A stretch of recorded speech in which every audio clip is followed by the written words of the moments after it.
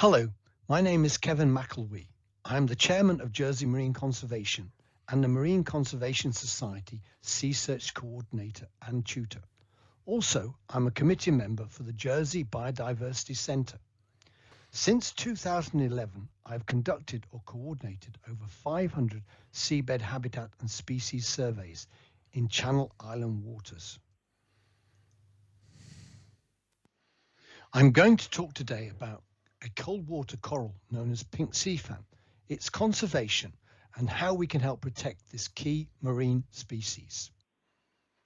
I've entitled my presentation Fanning the Flames, emphasizing the easily overlooked fact that our oceans play a big part in stabilizing the world's climate. The reduction in marine biodiversity can be strongly associated with severe and unpredictable weather patterns that include fires and floods. In 2021, the JBC committee has prioritized the updating of Channel Islands marine records. This has involved quite a lot of back office work to match and transfer information. We are grateful for the support in making this possible from Sea Search. I am pleased to report that it is now possible to access the huge database of species in Jersey's territorial waters, plus Guernsey, Alderney and Sark through the JBC portal. Our waters are important as they contain unique migratory, transient and immigrant species. Lying as far south as we do and open to the ocean currents, even sessile epifauna settle and expand their colonies. Many creatures now appearing in UK waters, such as the sunset cup coral, were recorded here in our waters 10 or more years ago. Amazingly, our surveys that range from the Basse-Cretine off the North Breton coast to the Casquettes west of Alderney highlight significant differences in species distribution in the Bay of Granville that can be associated with variations in nutrients, nitrates and sediment deposition due to the anomalies in current flow. There is still a great deal to be learned about what could be termed a hotspot based on the high diversity present in such a relatively small area. It is reasonable to say that the waters surrounding any of the world's islands represented at the conference can tell us a great deal about the impacts of climate change and habitat. Currently, I'm completing an MSc in Island Biodiversity and Conservation. My ongoing investigation reveals how pink sea fans exist, often in isolation within Jersey's territorial waters. Pink sea fans are at last protected in our waters with the passing of the island's 2021 revised wildlife law. There are many such worldwide laws and treaties protecting species. Enforcing and managing these treaties is, however, challenging, requiring engagement at all levels of society. Organizations such as the United Nations International Union for the Conservation of Nature and the World Wildlife Foundation provide frameworks and resources to assist communities at all economic levels. Both organizations illustrate how the focus is moving from conservation ecology to issues related to sustainable development. Of course, we have UK bodies such as the Marine Conservation Society and Wildlife Trust with regional teams, including many volunteers. The Wildlife Trust and Marlin website information gives us a window on pink sea fans and their importance. Their average height ranges from 25 to 50 centimetres. Their conservation status recognises them as nationally scarce and globally vulnerable. They're protected in the UK under the Wildlife and Countryside Act of 1981, and they're a priority species under the UK post-2020 biodiversity framework. From observation evidence, PSFs form a key part of complex habitats and are therefore regarded as indicators of good environment state. As the picture shows, these corals are aptly named, forming fan-like branches with what can appear on close inspection to be nodules. These stems are stony but flexible and relatively tough. The sea fan is actually a colony of tiny creatures that are lodged in a skeleton of brown protein called gorgonian, from which the worldwide group takes its name. The skeleton is reinforced by an outer layer of calcium carbonate. In tropical shallow warm waters, where strong light penetration reaches to considerable depths, they are often seen by divers on steep walls of reefs below 20 meters, where they can grow to 2 meters or more in height and width.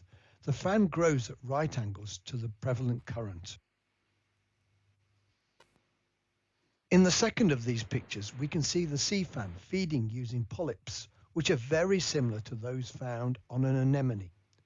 Within our own waters, we have recorded pink sea fans at a variety of depths. Trawlers and dredgers working down to 50 meters can dislodge the more exposed specimens. Our investigations down to 40 meters have located specimens on vertical faces, cracks, angular and round boulders, and various degrees of slope. A challenging task is to estimate the age of the pink sea fans. After a period of rapid stem growth for about 12 months, the sea fan develops similar height and width dimensions. It is estimated that once the holdfast is established, growth rate is about 1 centimeter per year. The PSF grows rather like a tree. Cutting and identifying the basal rings would provide the most accurate dating, but such a destructive method is not acceptable. Methods have been tried to estimate age based on width and height, but growth is affected by nutrients and light penetration.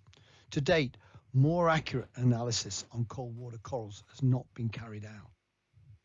Since 2011, we've been using the recording sheet developed by SeaSearch, which records key physical factors plus condition, species present on the PSFs, and evidence of human impacts. In 2014, we began surveying sites potentially affected by dredging, particularly targeting previously identified mearl beds. We noted that small reefs that offered some form of shelter included PSFs, and these specimens included the PSF nudibranch and on occasion live egg cases associated with sharks and rays. During this period, the area we were surveying was dredged immediately afterwards, and at the request of local scallop divers, we immediately revisited the site, gathering photographs showing the damage. All the sea fans were broken, and we estimated the ages of those ranged from 20 to 30 years. In 2017, the states began a future Jersey analysis. JMC noted that within the study, subtidal marine fauna was not being measured as a potential climate and biodiversity predictor. We proposed taking on this task and began a 3-year program gathering data from known sites on the PSFs and the depleted crawfish population. Placing a legal requirement to protect a species does not automatically safeguard any animal or plant unless the law can be backed by an effective and sustainable management strategy. Even when specific biotopes can be demarcated, reducing damaging fishing practices that threaten long-term survival will require cooperation rather than unenforceable legislation. The Lyme Bay, Southwest UK success story illustrates that stakeholder cooperation must run parallel to the scientific study.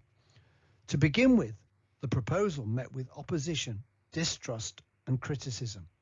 However, the positive results that were effectively communicated showed the fishing community that allowing recovery and protecting reef areas improves commercial crustacean yields.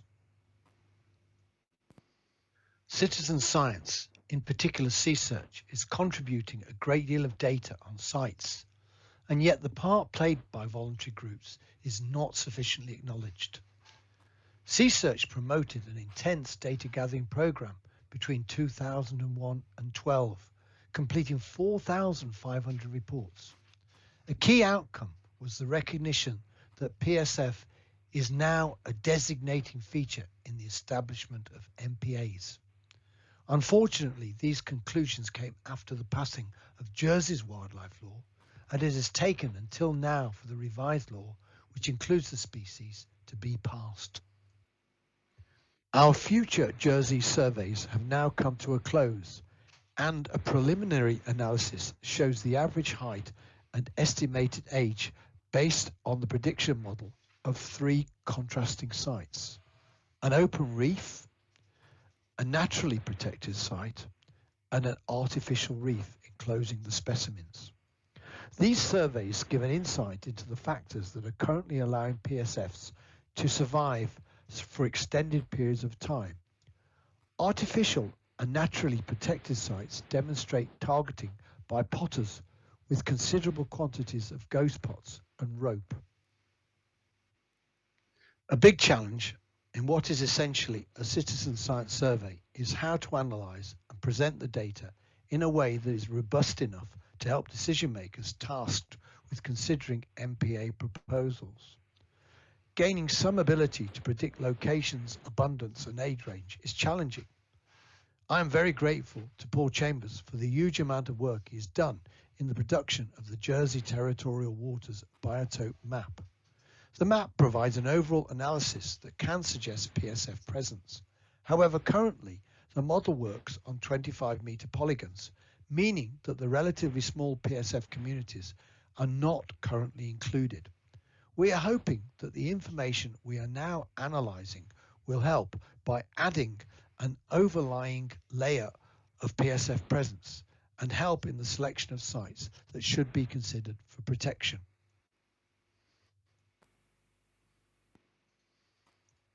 There are lessons to be learned from our fieldwork experiences. It can be difficult to follow standard survey methods, such as quadrats or randomly selecting set areas, which can be used to generate regression statistics. Potentially, now we know more about the sites, we can revisit them and apply these techniques.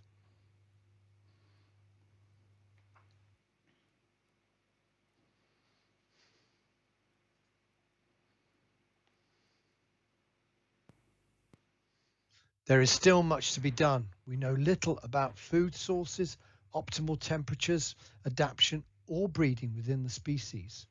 The Environment Department kindly granted us a license to gather samples.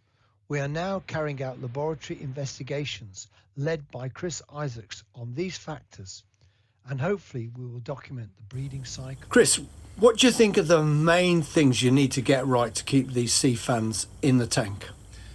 Temperature, salinity, protein skimmer. Possibly there is more variation than has until now been identified. Chris is currently trialling methods that could allow us to graft specimens in depleted sites. JMC will work closely with the Jersey International Centre of Advanced Studies, ensuring information is validated and effectively presented. Thank you. I hope you've enjoyed the presentation and found it interesting and useful information. As a final part of the conclusion, I'd like to thank the Association of Jersey Charities for their support, without whom the study would not be possible, plus the help of the Environment Department and of course Sea Search UK. It leaves me finally to thank all my team members and all of those who have helped to make this project possible. Should you have any questions, please feel free to ask them and I'll do my best to answer them. Thank you again for listening.